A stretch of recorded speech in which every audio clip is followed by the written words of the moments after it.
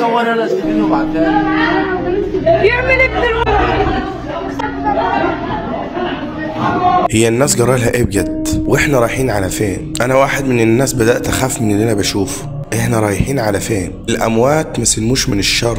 مش بس ان الاحياء بيتبهدلوا وبنشوف مشاكل وقصص كتيرة جدا العقل مش بيستوعبها، لكن ان الموضوع يوصل للاموات، الموضوع كده فعلا زاد عن حده واصبح مقلق ومخيف جدا. قبل ما اتكلم في التفاصيل واحلل المشهد اللي هيتعرض بكل تفاصيله في الفيديو ده، اتقدم ببلاغ النائب العام. مكتوب في الفيديو ان المشهد ده حصل في بلد الخنكة او مقابر او مدافن الخنكة. انا معرفش الخنكة دي فين، معرفش تابعة لمحافظة ايه، لكن الناس اللي بتصور من صوتهم باين ان اللهجة انهم مصريين من وجه بحري غالبا. يعني الخنكة دي ممكن تكون قاهرة او من بعد القاهرة. اتقدم بلاغ للنائب العام لان اللي بيحصل ده مصيبة. لو ما كانش فيه رد فعل واضح على اللي حصل ده، احنا كل يوم هنشوف جرائم اكتر من كده بكتير. ومع الاسف مع الاموات مش بس مع الاحياء. اللي لسه حي وعايش حي يرزق هو في الدنيا في دار الابتلاء اي حاجة متوقعة، انما اللي انتقل لدار الحق واحنا في دار الباطل ما يسلمش من شرنا. دي المصيبة السوداء اللي احنا فيها. في الفيديو ظهر واحد زي ما انتم شايفين، زي ما ظهر قدامكم، هو بيطلع من المقابر. متعرفش هو بيطلع عايز يرمي بره ولا بينتقم من المدفون في القبر ده، ولا هو بيعمل ايه، ولا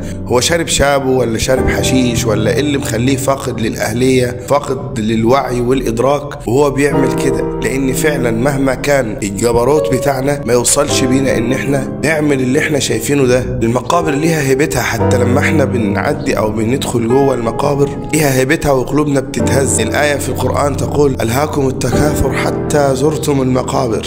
يعني انت زيارة المقابر دي ليها هيبة مخصوصة. إذا ضاقت عليكم الدنيا فعليكم بزيارة المقابر أو عليكم زيارة القبور كما ذكر في الحديث عن النبي عليه الصلاة والسلام. ليه؟ لأن المقابر هي اللي هتفكرك بالآخرة وهي اللي هتخلي قلبك يلين ويخشع. طب إزاي؟ احنا مش بس بندخل المقابر وأصبح إن احنا بنبني بيوت في المقابر وبنسكن ونعيش مع الأموات.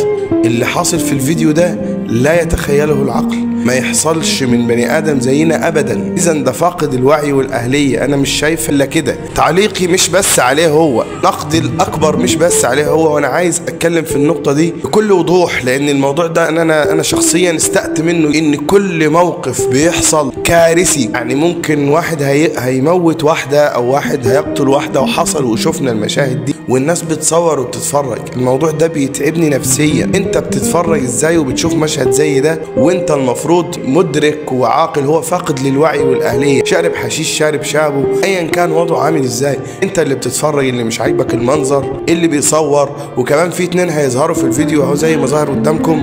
الاتنين دول يعني بيتكلموا معاه، معرفش بيقنعوه مثلا اللي هو انت اللي بتعمله ده غلط، ولا مثلا ما تكملش، ولا معرفش.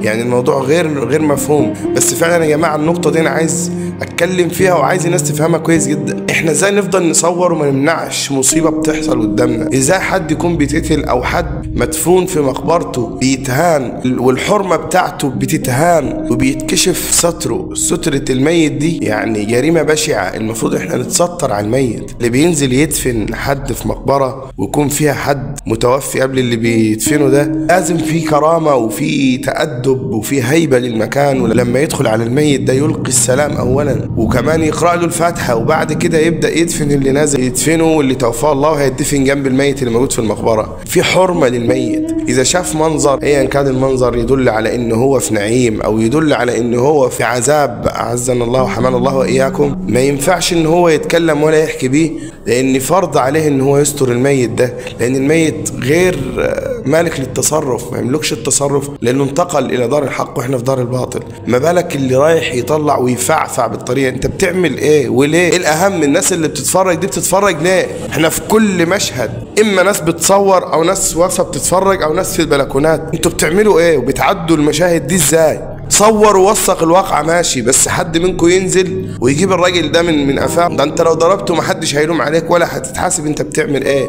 هاتوا واضربوا. انا مش لاقي كلام اقوله باللي احنا وصلنا له ده. والله ما قدامي الا حديث سيدنا رسول الله صلى الله عليه وسلم: لا ياتي عليكم زمان الا الذي بعده شر منه. صدق رسول الله صلى الله عليه وسلم. انا بتقدم بلاغ في بالعام ونصيحتي يا جماعه، الناس اللي بتشاهد اي موقف فيه شر لو فيه تعدي على حد ادخل وحل الموقف. انت هيحصل لك ايه يعني ده اللي بيعمل كده ده لو حد دخل عليه وضربه كان هيحصل له ايه؟ لو حد دخل عليه وجابه كده وسحبه بالراحه وطلع بيه، اتصل يا عم على الشرطه وهاته وكتفه لما تيجي الشرطه نتحل. الجريمه بتاعته اهي موجوده، مفيش حاجه مستخبيه. والله هتكون شتيت.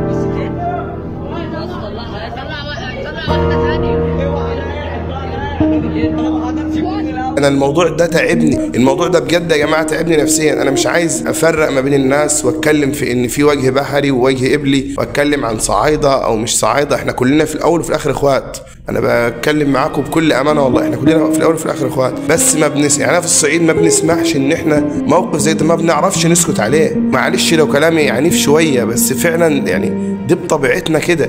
لما بنشوف حد لو اتنين بيتخانقوا مع بعض وهيضربوا بعض وحد هيتعدى على حد ايا كان وضعهم وايا كان من اللي غلطان، مش بنسمح ان ده يحصل.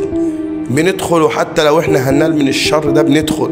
ياما عدت حوادث وياما نيرة اشرف الفيديو بتاعها موجود على القناه عندي. مع كل اسف الناس كلها بتتفرج. يعني واحده بتموت وما اتضربتش ضربه واحده، اتضربت اكتر من طعنه، اتضربت طعنات كتير جدا والناس بتتفرج. هو في ايه؟ احنا ما بنعرفش نسكت على الكلام ده، ما بنعديش مشهد زي ده. انت بايدك تمنع مصيبه بتحصل، امنعها. الموضوع النهارده طال الاموات، الناس اللي ماتت اللي انتقلت الى ربنا سبحانه وتعالى وزمانها اما في نعيم واما في عقاب. الناس دي بتتاذي من شرنا. احنا وصلنا فين ورايحين على فين؟ للمره الالف انا عايز حد يديني اجابه واضحه. احنا رايحين على فين؟ اللي بيحصل ده هيتوقف امتى؟ اللي بيحصل ده فين رد فعلنا؟ احنا فين؟ الحكومه فين؟ احنا نفسنا الناس اللي بتشاهد موقف زي ده. الحكومه هتاخد اجراءها ماشي مش مشكله، بس الحكومه مش هتعرف في ساعتها تكون في موقع الحادث. احنا اللي بنتفرج بنعمل ايه؟ نجمد كده وننشف ونسترجن ونوقف اي موقف بنشوفه بالطريقه دي. انت مستني ايه يحصل تاني قدام عينك عشان تتدخل؟ خايف على ايه؟ خايف على حياتك؟ خايف ان انت تاخد خبطه؟ ما تنزل خد خبطه، هيحصل لك ايه يعني؟ حتى لو مت وانت بتحفظ كرامه ميت مدفون، انزل وموت واتدفن معاه، ايه المشكله؟ ولا يحصل اللي احنا بيحصل لنا النهارده وبنشوفه. انت كان ممكن تكون مكان الجثه دي. حسبنا الله ونعم الوكيل، حسبنا الله ونعم الوكيل. انا الفيديو ده استفزني جدا جدا، عشان كده لازم كنت اتكلم عنه. اهم نقطه باكد عليها المره الالف لكل واحد بيسمع الفيديو، لما تلاقي غلط ادخل امنع الغلط. ومش شرط تكون عنفاوي او اندفاعي او تدخل نفسك في مصيبه، بس ادخل وامنع، اتصرف التصرف اللي يخليك تقف في النص وتمنع اللي بيحصل. بس كده. نسأل الله السلامة والعافية في الدنيا والآخرة. نسأل الله السلامة والعافية في الدنيا والآخرة. السلام عليكم ورحمة الله وبركاته. صور انا استفيد وبعتها بس طلع